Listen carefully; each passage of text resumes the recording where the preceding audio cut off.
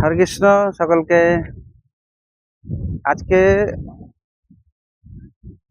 জ্যোতিষের সম্বন্ধে আলোচনা করব, মানে কুণ্ডলীর সম্বন্ধে। তো সাধারণত আমাদের মুনি ঋষিরা এই জ্যোতিষ শাস্ত্র আবিষ্কার করেছেন অনেকদিন, বহু আদিমকাল থেকেই এই সম্বন্ধে তারা চর্চা করেছেন, গবেষণা করেছেন। আমাদের জ্যোতিষীর মধ্যে যারা এইসব গবেষণা করেছেন, তো তার মধ্যে ব্রহ্মাজি, নারদ মুনি, পরাশর মুনি, স্বয়ং ভগবান সূর্য, এদের সবারই একটা করে জ্যোতিষের সম্বন্ধে বই আছে। এনারা লিখেছেন এবং তাতে খুবই জ্যোতিষের সম্বন্ধে খুবই গভীর জ্ঞান দান করেছেন আমাদের জন্য এবং মনুষ্য জাতির জন্য, যাতে মনুষ্য জাতির মঙ্গল হয় এবং কল্যাণ হয়। সেই জন্যে আমরা এইসব শাস্ত্র পাঠ করার পরে যেটা জানতে পেরেছি, এটা যদি একটু ভালোভাবে শিখে মানুষের কাজে লাগায়, তাহলে মানুষের অবশ্যই সত্যি মঙ্গল হবে। কারণ এর মধ্যে, জ্যোতিষের মধ্যে সত্যি তেমন কিছু জ্ঞান আছে যা আমাদের মঙ্গল করতে পারে। তো জ্যোতিষের যে বেসিক বিষয়টা আছে সেটা নিয়ে আমরা আলোচনা করছি। তো সাধারণত এই আকাশমণ্ডলকে তখনকার সময় মুনি ঋষিরা 27 ভাগে ভাগ করেছিলেন। টোটাল 28 ভাগে ভাগ করেছিলেন। সেটা হচ্ছে 28টা নক্ষত্রের উপরে ধ্যান রেখে তারপরে 27টা ভাগে ভাগ করে।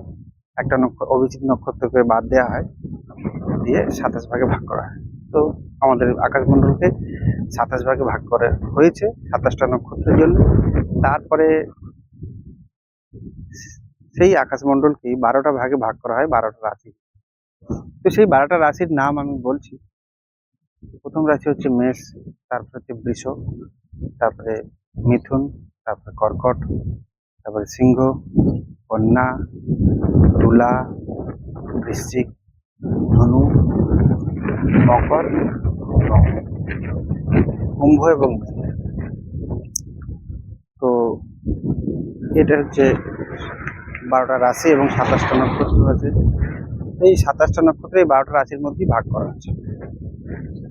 এই বিভিন্ন রাশির বিভিন্ন গ্রহ অধিপতি আছে, যেমন মেষের অধিপতি মঙ্গল, বৃষের অধিপতি শুক্র, এবং মিথুনের অধিপতি মিথুনের অধিপতি বুধ, কর্কটের অধিপতি চন্দ্র, এবং সিংহ রাশির অধিপতি সূর্য, কন্যা রাশির অধিপতি বুধ, এবং তুলা রাশির অধিপতি শুক্র, বৃশ্চিক রাশির অধিপতি মঙ্গল, ধনু রাশির অধিপতি বৃহস্পতি, মকর রাশির অধিপতি শনি, কুম্ভ রাশির অধিপতি শনি এবং মীন রাশির অধিপতি বৃহস্পতি। এই গ্রহেই রাশিচক্র বিচার হচ্ছে, এই গ্রহ সবসময় ঘুরতে থাকে। যখন গ্রহ উঁচু হয় ঘুরতে ঘুরতে এখানে যেমন আমরা অবস্থান্ত, যার যেভাবে জন্ম হবে সেই গ্রহের অবস্থান অনুসারেই তার ভবিষ্যৎ সবকিছু হবে। এখানে কারো কিছু হাত নেই। যার জন্ম সময়, যার গ্রহ যখন অবস্থান থাকে তার ভাগ্য। যেমন ধরুন, কারো যদি কুণ্ডলীতে, এই যে আমরা যে কটা গ্রহের সঙ্গে আলোচনা করলাম, টোটাল 9টা গ্রহকে ধরা হয়, বিচারে ধরা হয়। রবি, চন্দ্র, রবি হচ্ছে নক্ষত্র, তাও জ্যোতিষশাস্ত্রে গ্রহ হিসেবে ধরা হয়। চন্দ্র পৃথিবীর উপগ্রহ, তাও তাকে জ্যোতিষশাস্ত্রে গ্রহ হিসেবে ধরা হয়। আমাদের জীবনে তার প্রভাব আছে তার জন্য।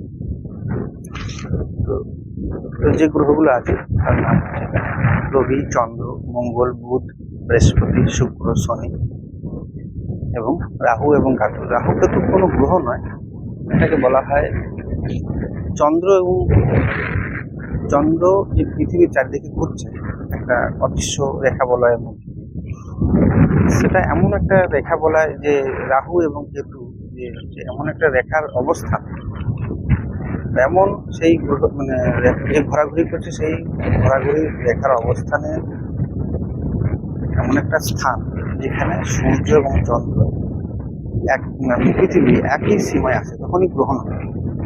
সেই জন্য সেই অবস্থানটাকে রাহু, একটা রাহু আর এদের ফলাফলও আছে। যদি কারো রবি ভালো থাকে, কারো রবি দেখা যাচ্ছে উচ্চস্থ আছে, মেষ রাশিতে আছে, তাহলে যেন সেই ব্যক্তি খুবই তেজস্বী এবং আত্মসম্মানী এবং আত্মবলে বলীয়ান। এরা সাধারণত খুব তেজস্বী হয় এবং খুব সম্মানীয় হয়। তা ছোটোখাটো হিসেবে বলছি, পরে এসব বিষয়ে আরও আলোচনা করব। এবং যাদের চন্দ্র খুব ভালো হয় তারা খুবই মানসিকভাবে উদার হয়, শান্ত হয় এবং তারা জীবনে খুবই শান্তিপ্রিয়। তারা এবং তাদের মন, তারা কবি ভাব থাকে, তাদের কল্পনা জগতে ভাসে। এবং যাদের মঙ্গল খুব ভালো থাকে, তাদের কিন্তু দেখা যাচ্ছে মঙ্গল ভালো আছে, হ্যাঁ, মেষ রাশিতে হোক বা মকর রাশিতে হোক বা বৃশ্চিক রাশি, তাহলে জানবেন তারা খুব সাহসী, জমি জায়গা নিয়ে এরা কারবার করতে পছন্দ করে, ঘর বাড়িয়ে দেবে এবং সাহসী হবে, যোদ্ধা হয়। যাদের কুণ্ডলিতে বুধ খুব ভালো হয় তারা খুবই বুদ্ধিমান হয়, লেখক হয় এবং ভালো কথা বলতে পারে। সাধারণত এরা কিন্তু মিডিয়া লাইনে কাজ করে এবং লেখালেখি করে।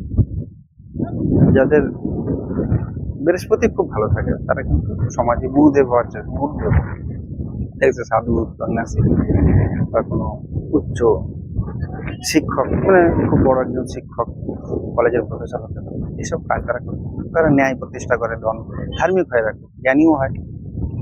এবং যাদের শুক্র খুব ভালো তারা সাধারণত খুবই লাক্সারিয়াস লাইফ জীবনযাপন করতে পছন্দ, গাড়ি বাড়ি এদের খুবই হয়। এবং ফিল্ম জগতে বা যেখানে শৌখিন জগৎ সেখানে কিন্তু তারা বেশি থাকে। এবং যাদের শনি বেশি ভালো থাকে তারা বেশি ন্যায়পরায়ণ এবং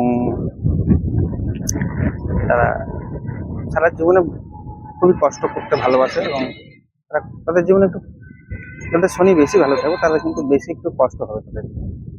তারা এত সহজে কিন্তু কিছু করতে পারে না, কিন্তু কষ্টের মধ্যে দিয়ে জীবনে সফলতা আছে। তারা খুবই ন্যায়পরায়ণ হয় এবং নিয়ম শৃঙ্খলা। এবং যাদের রাহু বেশি ভালো থাকে তারা কিন্তু অবৈধ উপায়ে তারা জমি বাড়ি সব করতে চায়। এবং যাদের কেতু ভালো থাকে তারা কিন্তু ত্যাগী হওয়ার চেষ্টা করে এবং লাস্টে মুক্তি পাওয়ার চেষ্টা করে এবং গুপ্ত সাধনা করার চেষ্টা করে, তন্ত্রমন্ত্র করার চেষ্টা করে। তো আজ এই পর্যন্তই। সব হরে কৃষ্ণ। পরের ভিডিওতে আবার কিছু আলোচনা করব।